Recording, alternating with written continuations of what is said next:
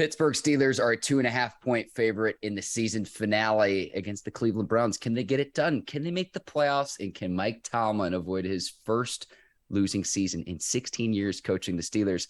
That's ahead on the Bleav in Steelers show. But before you tune in and listen, head over to betonline.ag. If you got a hunch on any of these Week 18 games, betonline.ag is the place to place a wager. 365, 24/7, whatever sport you want to bet on, make sure y'all go to betonline.ag. Use our promo code Bleav, that's BLEAV, to receive your 50% welcome bonus on your first deposit. Bet online, where the game starts. All right, cue the music. It's time to start the show.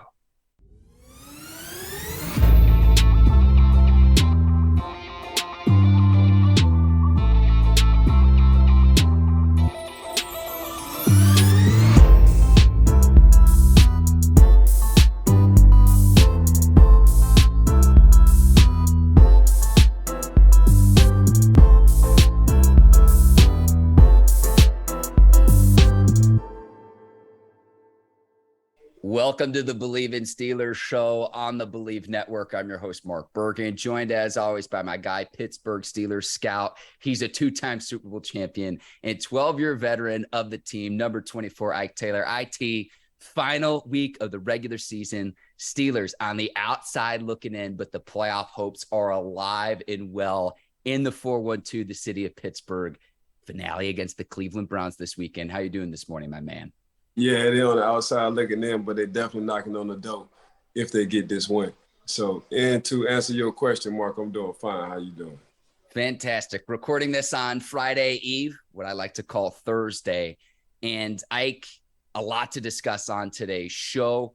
We'll get to what yins think. That's from our viewers and listeners. The Pro Football Hall of Fame finalists announce which team gets in for the number 7 seed in the NFC. But we're going to start with Steelers and Browns. I would also encourage our listeners and viewers, check out our show reacting to what's going on with Damar Hamlin as it stands right now, recording on Thursday morning, still in critical condition. So we'll keep you posted on that, on his status moving forward. But the Steelers, Ike, going against AFC North opponents. I say opponent, not rival for you, Ike Taylor, against the Browns this weekend. Kenny Pickett, back-to-back weeks, game-winning touchdown passes. It's come down to the wire.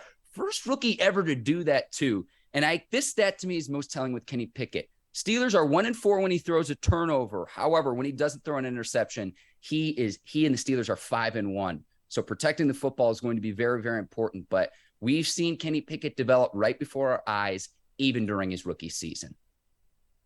Yeah, Kenny got the it factor. And we talked about this on the show. He just, when he steps on the field, when he's in the huddle, and it's just going off of the Mitchell Trubisky's, the Mason Rudolphs. This is what I saw in training camp. Like, it just was a little bit different. The energy was a little bit different when he said ready, break, and everybody clapped. And now you starting to see what I was talking about from training camp with Kenny Pickett. So Kenny Pickett, staying in college for 4 years, you starting to see the maturity level throughout the course of the year. Kenny Pickett, like you just said, you just mentioned, Mark, you know, the late last quarter or last drives. Kenny Pickett, not afraid to fail, to be honest with you. You know, feeling real comfortable. Kenny Pickett, and we talked about Deontay and George Pickens on how he should get him the ball, just trusting his receivers. Kenny Pickett just trusting his reads. Kenny Pickett now is just putting Pittsburgh on the platform to where if they win, we shall see.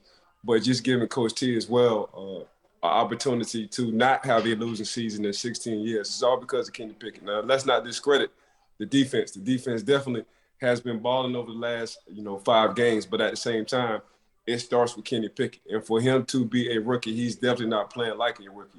For him to be in crucial situations towards the end of the game, you can tell, man, he just run to it. So he faces adversity. He doesn't flinch, as Coach T would say. And to have somebody with all this chaos is around him to be cool under pressure, it's a good feeling to have that at the quarterback position, and that's Kenny Pickett. I know the league added a 7th playoff team to each conference a few years back, but the Steelers are on the cusp of history. And they're one of 3 teams entering the final week of the regular season that started out 2-6 and are now on the verge of making the playoffs. Now, to get there, the Steelers are going to need some help. So obviously you got to beat the Browns, take care of business. You also need the Jets to knock off the Dolphins, and then you need the Bills to take care of business against the Patriots as well, Ike. So the Jets are actually a 1-point favorite, even though they're mathematically eliminated from the playoffs. And I think that line signals, okay, whether Tua is going to play or not. But keeping this with the Steelers really quickly before we scoreboard watch a little bit, because we're going to have to do that on Sunday while we're watching the game in Pittsburgh. Mike Tomlin, the fact that he is even in a position to do this, Ike, it's going to be very interesting when we talk next week. It's either going to be his greatest coaching job ever. I'd argue this is even better than the 2019 season, Ike, when he went 8-8 with the 4th string undrafted rookie quarterback. Or it's going to be, man, what a run it's been. And that 16-year streak is snapped. You need to have his first losing season. It's going to be one of the two, Ike. Coach T always find a way. Coach T is a magician. Coach T, in some form or fashion, he always find a way to rally the young men to finish the season strong, or to get himself and that organization out of a bad situation, especially the one where they started from. To go 2-6 the first 8 games, and to find yourself knocking on the door with a little bit of help if you win at the end of the season. Says a lot about Coach T. Says a lot about himself. Says a lot about how he deal with adversity. Now, being coach of the year, if they do knock on the door, I would say why not? Because this is exactly what Coach T. This would be Coach T's second time. If you're looking at it from afar, especially at a position where they usually have Hall of Famers, or where guys usually start, or where guys are game managers. But with Duck Hodges a couple of years ago, to actually knock on the door and get in and not have a lose a season with Duck Hodges, 4th-string quarterback at the time, to go back and forth this year, and it's looking real gloomy with a quarterback in Mitch Trubisky, and the 2 quarterbacks that was alternating at first, Mitch and Kenny. And to roll with Kenny at some point in time and just stick with him, now you put yourself in this position. That's Coach T. So Coach T, I always tell him, man, you're a magician, because you always find a way to see the daylight, especially when it looks dark coming from a distance. And the Steelers, Ike, when you look back on the season, to me, well, what a lot of people lose track of is the presence of TJ Watt, the TJ Watt effect. You're 7-2 with TJ Watt. You're averaging only allowing about 17 points per game without TJ Watt. The Steelers are 1-6, averaging, and the defense is allowing about 25 points per game. That right there, and I look at the sacks, I look at the takeaways. I don't want to bog down our listeners and viewers with too many stats, but TJ Watt's presence or lack thereof when the Steelers were losing this season, that to me is one of the biggest differences, and it might not show up on paper, but take away the best player on any team in the league. Take away an Aaron Donald, take away a Patrick Mahomes. I could go through each player's best team. That team would struggle, and it's not a next man up when you've got the reigning defensive player of the year who missed significant time this season. When he's on the field, even though I don't even think he's 100% healthy, I know no one is this time of year, but his presence alone has been it's been a night and day difference, Ike. You can't put a price on energy. You can't put a price on being a mutant. You can't put a price on different. I was good in the NFL. Other people might tell you a little bit different. Some say I shortcut myself on how I speak, but Troy was different. Minka is different. TJ Watt is different. So, and the difference is off of what you just mentioned. You know, for you to have a winning record when one person comes back on the field from injury or just on the field and not be a quarterback, that's saying a lot. So to be an outside linebacker / DN for the Pittsburgh Steelers and to give that much impact to a team, you got to be different. To be a reigning former defensive league MVP, other than Aaron Donald at the time, TJ Watt, you got to be different. To have an organization, whether it's on the offensive side or defensive side, to be like, man, we got our captain back. We have a chance to win this game. You're different. And that's TJ Watt. All TJ Watt do is make plays. And after the game, when you and I are coming on this show, we're like, only TJ Watt can do that. Only TJ Watt, from a linebacker perspective, with the offensive lineman on and playing Cincinnati, can get an interception from Joe Burrow and the ball is thrown, 5 yards. Only TJ Watt can beat a double or triple team consistently. Only TJ Watt can give enough energy to an organization or two other men to let them know they have a chance. Only TJ Watt right now for the Pittsburgh Steelers. And we got a lot of good people on the Pittsburgh Steelers roster. You got Minka, all pro. You got Cam, all pro. But to have a young man in TJ Watt on that field, you feel like you always got hope. And he's doing that at a non-quarterback position. So he's the Patrick Mahomes for the Pittsburgh Steelers. He's the Joe Burrow for the Pittsburgh Steelers. He's the Tom Brady for the Pittsburgh Steelers. So he's everything you looking at as a quarterback for his morale, but he just so happened to play on the defensive side. Yes, sir, Ike. Yes, sir. So before this season, there's 186 teams that started out 2-6. Only 2 have gone on to make the postseason. 1970 Cincinnati Bengals, 2020 Washington football team. That's what's at stake this weekend. To get there, again, the Steelers do need help. The Jets, maybe they play loose and say, hey, we've got nothing to lose this weekend. I don't know who's going to sit out in that game because the Jets are mathematically eliminated from the playoffs. Dolphins need to win to try to make the playoffs. They need some help as well. The Bills-Patriots line was at 8, Ike. They've since taken it down since what's gone on with Damar Hamlin. So clearly they don't know how to set that line, and understandably so. Understandably so. But I will say this, Ike. I will say this. A year ago, we were sitting in the same spot, and we were saying the Steelers are going to need help in the final week of the regular season. They beat the Ravens, and then they go on. The Colts ended up losing in a major upset to the Jags. If you were to role reverse the situation, just given the other matchups, I know it worked out in the Steelers' favor a year ago, but that was such a huge upset because this was a Jags team. Remember, they got back-to-back number 1 overall picks. They weren't very good, Ike. I would have rather had this year's scenario than last year's, is what I'm trying to say, in terms of the games, in terms of the help that the Steelers need from those other 2 games compared to the Jags having to upset the Colts a year ago. That's where I stand with that. Well, you know, the Bills are going to come out inspired, especially what's going on in the organization and with Durham. The Jets, when you look at the Jets, from a player standpoint, even though you mathematically out the playoffs, you're playing for your job from a Jets standpoint. So the best impression is the last impression.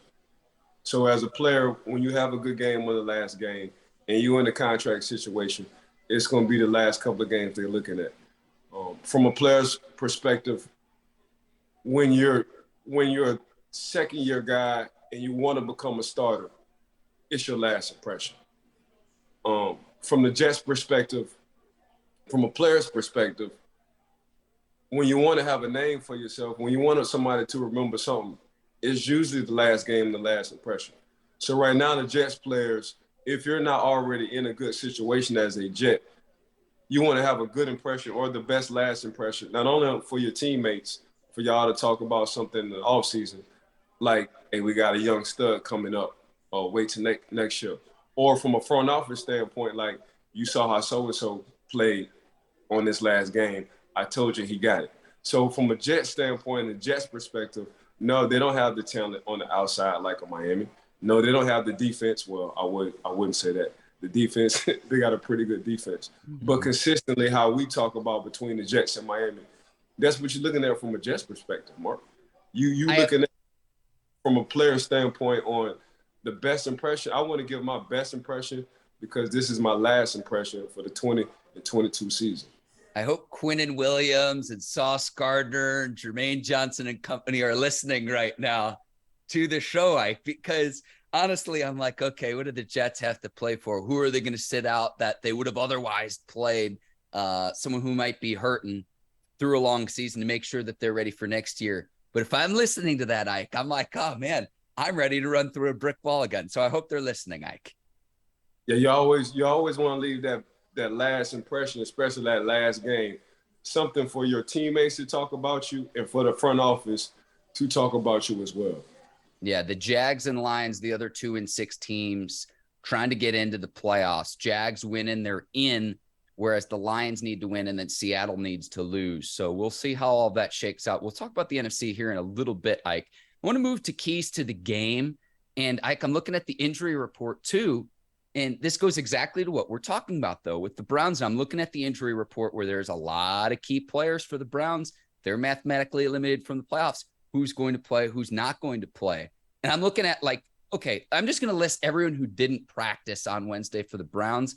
I understand some are veteran players and will, but they need all of these guys. I mean, Joel Bitonio up front, Jadeveon Clowney, Jack Conklin, Amari Cooper, Myles Garrett, Denzel Ward. I could go on. And it's like, even if one of those guys isn't playing for the Browns, that's in the Steelers' benefit heading into the final week of the regular season. Now, the Steelers are going to need to get some redemption too, because this is a team that the Steelers lost to early on this season. So, Mark, I understand what you're saying when it comes down to the injury reports. But the guys you name of the injury reports are invested and they had a contract or two. So you got to look at who's behind them. And here goes the last impression from a Cleveland Browns standpoint. Who's ever behind Amari? Who's ever behind Denzel Ward? This is my time. This is my opportunity. I got to make the best of it. Moving forward, going into the offseason to give the front office and the coaching staff and my teammates something to talk about. So there you go with the Cleveland Browns. So they're going to be ready to play the Pittsburgh Steelers. All right, Ike. The key to me, it's pretty simple. Stopping Nick Chubb. He's averaging 5 yards a pop, more than 1,400 yards on the ground. And I will say this too, Ike. Cheers to this. It's going to be the last game that Kareem Hunt suits up for the Browns. He's due to become a free agent. It's a relief for me. We don't have to worry about the two-headed monster in Cleveland any longer.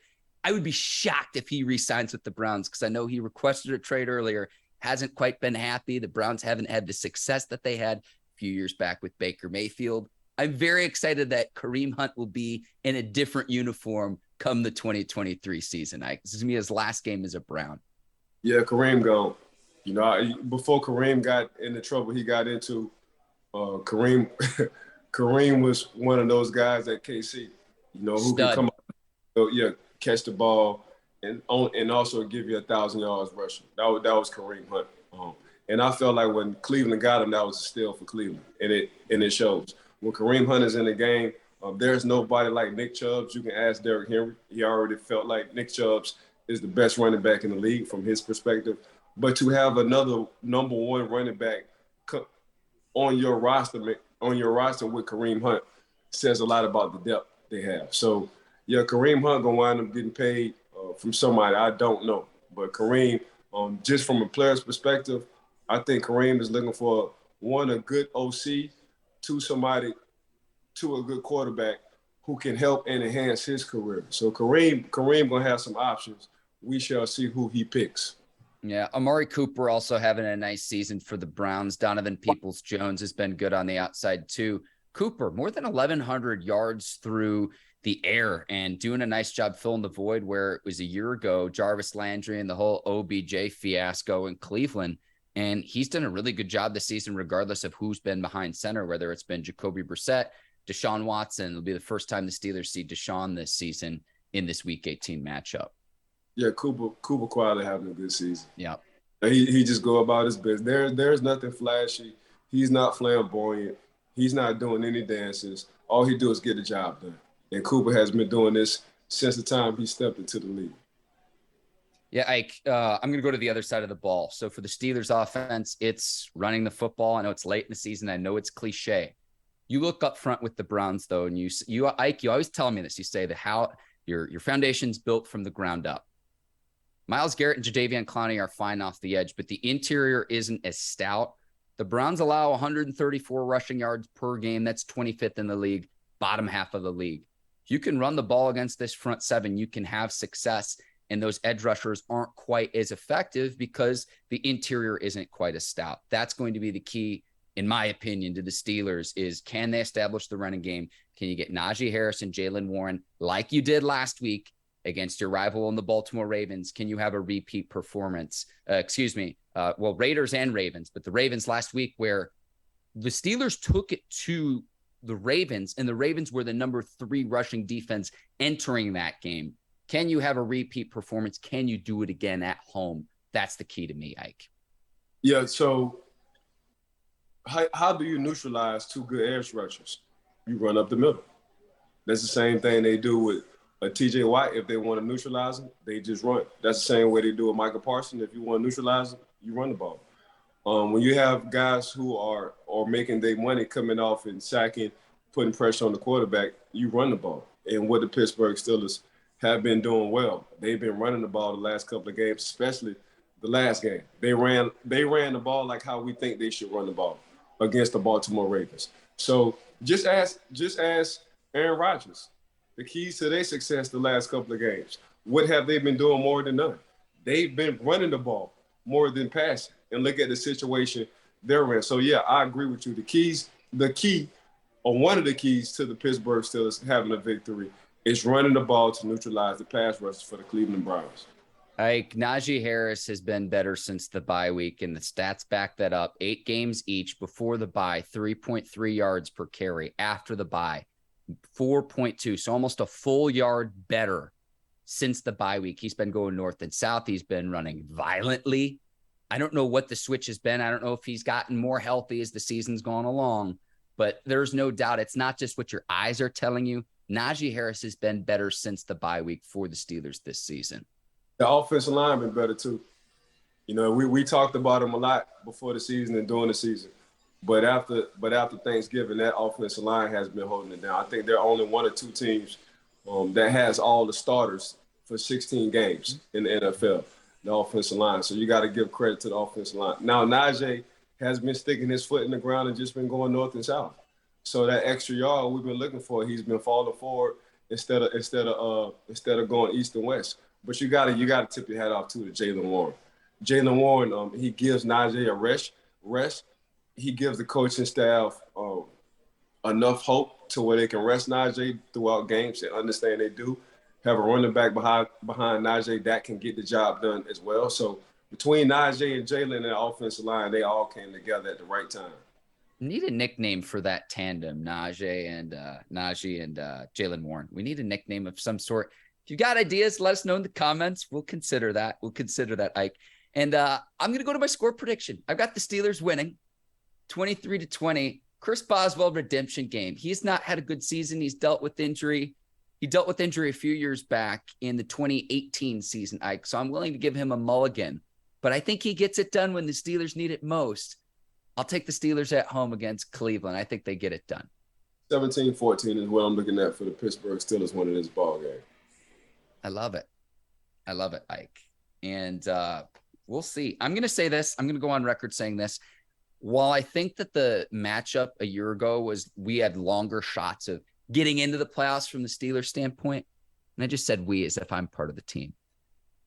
I don't know about these other 2 games, and I think the Steelers win. I think Mike Tomlin avoids his first losing season. I'm not as confident about the other 2 games that need to go in Pittsburgh's favor, Ike, and I'll leave it there. I'm just not confident in it. So I think the Steelers get to above 500, but I still think that they're going to come just short of the playoffs. That's just my opinion. Yeah, I think they win. They win in. Everything will fall in line for the Pittsburgh Steelers. I love your optimism, Ike, and you bleed black and gold. There's no doubt. It's time for what Yins think. And perfect transition. Sean Manahan says, this may be Tomlin's best year coaching, especially if they go 9-8, regardless if this team gets a playoff berth. Ike, I wanted to ask you, I think it would be a better coaching job than 2019. I know you've got the 4th string undrafted rookie at quarterback and you still go 8-8, but what would be the better coaching job between the two this season if the Steelers win, or that 2019 season when they went 8-8? It's this season, because you got a rookie on the outside of George Pickens. You have an offensive line that wasn't that good as the 2019 season. You had some veteran guys, a Hall of Famer, Marquise Pouncey sitting on the line. You have another first rounder sitting as a guard for the Pittsburgh Steelers, and David Castro. This 2022 season, it's a young, rookie-orientated offense, and to play a rookie and to see him develop in Kenny Pickett this fast, to see a George Pickens as a rookie receiver this fast, actually get and understand and believe in Coach T. I would say this year, this 2022 season, they go 9-8. You got to give it to Coach T from that 22 and comparing from that 2019 season. I will go with this 2022 season, Mark. I'm with you there, and I'm going to piggyback off this too. New defensive coordinator, your Hall of Fame quarterback retires. Now, I know from an injury standpoint, I think you could put the Watt injury on par with Ben's elbow injury that season, but there's just more moving parts, and it's a younger roster. So I'm with you there, and both are just incredible coaching jobs. And again, come Monday, it's going to be very interesting of what kind of conversation we're having, Ike, to where it's just like, I cannot believe the team finished as well as it did, or man, Tomlin and the Steelers came just short. It's going to be very interesting. It's feast or famine. We've got one more of what Yins think. This comes from Vincent Hott, and this goes into what we've been talking about, Ike. Vincent writes, happy 2023, Ike and Mark. Yins question, whether we make the playoffs or not, obviously, I hope that we do. Is it really possible to carry momentum over into the next season? Seems to me that this young man is learning so much, but now we're running out of games. Any season you can remember that you were able to carry over late in season cohesion to the following season? Thanks, gents. Yeah, I was once in that second year going into my third year season. I was once, when we was talking about the Cleveland Browns and the guys hurt on the defensive side and the New York Jets, even though they mathematically out, I was once in that my best impression got to be my last impression season. So, yeah, that was for me going into my second, moving into my third year. I finished the season out strong because I was doing sub packages. After sub packages, I wound up starting the last couple of games for the Pittsburgh Steelers, and I didn't look back. So, yeah, that's a good question, too. So, to answer his question, yeah, man, just moving forward, them second, third year guys, and really them guys who playing for their contracts, it doesn't matter what the record is. You're in a situation which is rare, and that's playing in the NFL, and you want to play as long as you can and get as much money as you can and be successful as you can because the window is so short. So regardless on what the record is, looking from an outside in perspective, you do have a job. And for all the guys who love football, that wasn't a job for me. I was playing my dream. So, yeah, from the outside looking in, though, Mark, you're not looking at no record. You're looking at your resume and what's your resume. And that's whatever you're putting on tape. And you always want to, as the old people would say who coach in the NFL, you want to keep your tape hot. Like, tremendous analysis. We try to give the best to our listeners and viewers. The questions this week on what Yins think, I applaud the people who take the time not only to watch us, Ike, but to write us in. So keep those coming. And I like to include this part in the show. That was terrific. Thank you to both Vincent and Sean for weighing in. And it just brings a different perspective, Ike. And that was tremendous. We need to keep this rolling, though. James Harrison and Heinz Ward missing out on the 2023 Hall of Fame class. They were semifinalists. They've narrowed it down to finalists. Ike, this is really tough every year because you can only get 5 per class. And you're smiling right now because, yet again, there's too many Steelers in the Hall of Fame. And it's like, what can you do? They be hating on Pittsburgh, man. I mean, every we can go on every year. If you look at a list of Pro Football Hall of Fame semis and just a list of Hall of Fame, you're gonna have somebody from Pittsburgh on there. And if you just go back to how many, if you just look at the Hall of Fame, who's in the Hall of Fame, they say it's too many of us.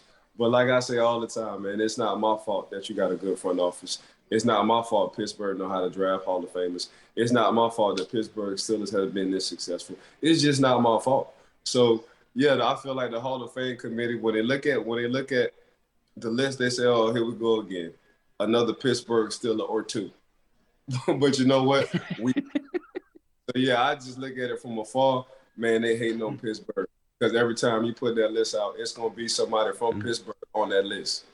Ike, Jared Allen, Willie Anderson, Rondé Barber, Dwight Freeney, Devin Hester, Torrey Holt, Andre Johnson, Albert Lewis, Darrell Revis, Joe Thomas, Zach Thomas, DeMarcus Ware, Reggie Wayne, Patrick Willis, and Darren Woodson, all named as finalists. So that'll get whittled down too. Those were all great players too. So it's just like, how can you only get to 5? And then it reaches, okay, this player is reaching the end of their 20-year eligibility, so let's get them in. It's really tough. I could make arguments for all of them, Mike. Yeah, I know for sure. You're analytical. So I know for sure we can go all day talking about why they should and shouldn't with you. I think the two for sure that get in, Darrelle Revis, Joe Thomas. We've talked about that on the show. Get out of my head. Yeah. I want them the two names I said, them two for sure shoe-ins. I want to see Devin Hester get in. I thought he should have been in on first ballot. I got to see him live, Ike, and as a kid, it was just so exciting. Oh my gosh, electric. Electric is the word I would use. And I had the opportunity in Chicago, growing up in Chicago, Ike.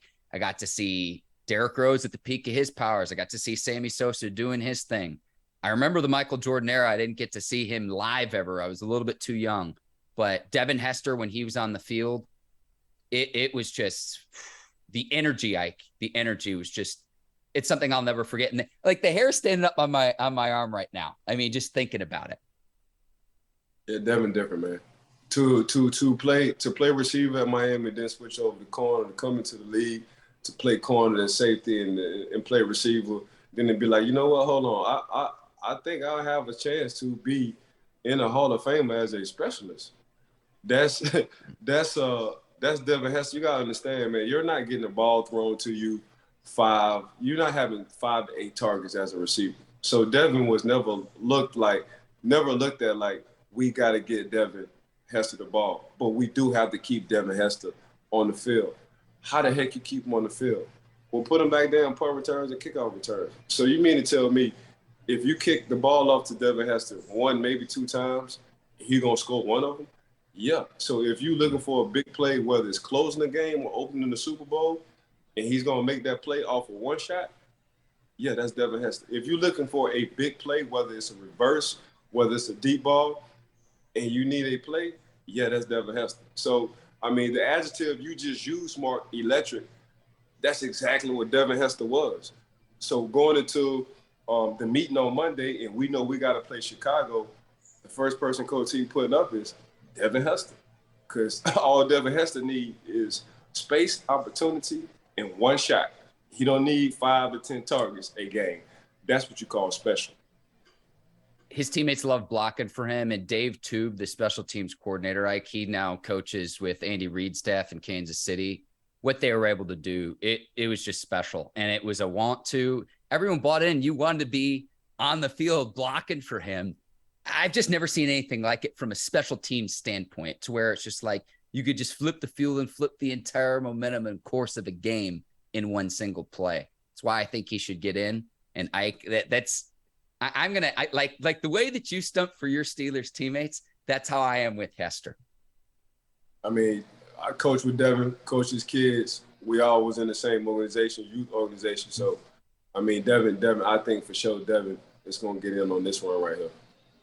I love it. Final segment of the show. Number 7 seed is up for grabs in the NFC.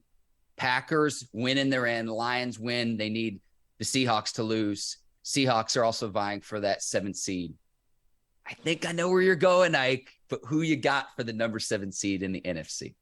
You already know, man. It's a line, and the first name is Detroit. That's exactly where I'm going. Interesting stat with Jared Goff.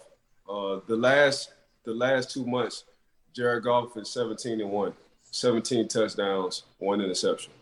That's Jared Goff right now. So when you want to talk about a hot on fire, somebody we ain't talking about at a quarterback position, we need to start talking about Jared Goff. When you want to talk about Swift coming back and the impact he had on the running game, you need to talk about Detroit Lions. When you want to talk about, hey, man, who got a nose for the end zone as a running back, I think his name is Jay Williams. That's somebody you need to talk about. When you want to talk about a rookie coming in from Michigan, a guy you was high on coming out the draft that I really wasn't, but you hit on this one, and Aiden Hutchinson, you need to talk about Detroit Lions. When you want to talk about receivers who are making a name for themselves, because week in and week out, they just make plays at St. Brown, you need to talk about the Detroit Lions. So, yeah, when you want to talk about optimistic defense, even though they give up points, they're getting takeaways as well, you need to talk about the Detroit Lions. When you want to talk about an old school coach, and we're always talking about the team as they coach's personality, you need to talk about Detroit Lions. So the Detroit Lions, in my mind, between the 3 Seattle Lions or Packers, I would pick the Detroit Lions. I think if they get in, they will be the scariest team to play off of how they play. Ike, thank you for giving me my due with Aiden Hutchinson. I tried to tell you, like, just what I saw from the tape several months back, but it comes full circle now. And I appreciate that. For me, it's this simple. And I like that you mentioned Goff's quarterback play because it has been excellent the last several weeks. But it's Aaron Rodgers, Jared Goff, Geno Smith. And on paper, like, if I were to take their whole resumes and not just this season, obviously I'm going to take Rodgers. And it's like, I can't help but unsee where it's like, I'm just so accustomed to Packers being the NFC North champs, being in the playoffs. And until that doesn't happen, it's like, fool me once, shame on you. Fool me twice, I got to take Green Bay. And this is probably foolish. Just the way that they're playing, I hear you, Ike, but I've seen this time and time and time again. A win in your end scenario for the Packers, if they take care of business, I'm going to take the Packers because they've won their last several games. It might sound crazy. You make a heck of an argument for the Lions, but I've just seen this story before. We'll see if this is a new chapter this 2022 season, Ike. And I think that the Lions are a team. I'm with you in terms of they get in a lot scarier than those other two teams. Totally with you there. But it's just from what I've seen before in history where did the Lions run out of games because they had a 2-6 start as well? Other than the 2010 Super Bowl where the Green Bay Packers beat the Pittsburgh Steelers, I've seen the number one seed and Aaron Rodgers lose their first couple of games. I've seen what Aaron Rodgers did in the playoffs. Aaron Rodgers haven't been back to the Super Bowl. This is going on 13 years ago. So yeah, I see what you're saying, Mark. And I like the confidence that you have in Aaron Rodgers, but I've seen enough of Aaron Rodgers when he do get to the playoffs. Go ahead and get one of these young, exciting, hungry, young teams who has been playing on fire. And right now, out the three, it's been the Lions. I'm with you in terms of come playoff time, with you there 100%. But this is still regular season Aaron Rodgers. Like, that's the only point I'm trying to make. So I think that's where we agree once they get to the playoffs, sure. But I'm talking last week of the regular season, Ike. I mean, I guess people forget Jared Goff did go to a Super Bowl. I know. I guess we forgot that part. I know. Oh, yeah. IT, you're the absolute best. Anything else you want to get to before we wrap up here on this morning's show? No, this is probably one of the best ones. It was a good flow today. I want to thank everybody for tuning in and listening to Marking Down the Bleav in Network. I want to thank Ms. Courtney and staff from Bricks TV. I want to thank BetOnline.ag. I want to thank the Bleav in podcast. With the Yens, man, when Yens think more questions. Appreciate everybody for tuning in for us. Appreciate you too, Mark, as well. For Ike Taylor, I'm Mark Bergin. Thanks for watching the Bleav in Steelers show. We'll be back next week recapping Steelers and Browns. Enjoy the final week of the regular season. Until then, take care and so long, everybody. Peace.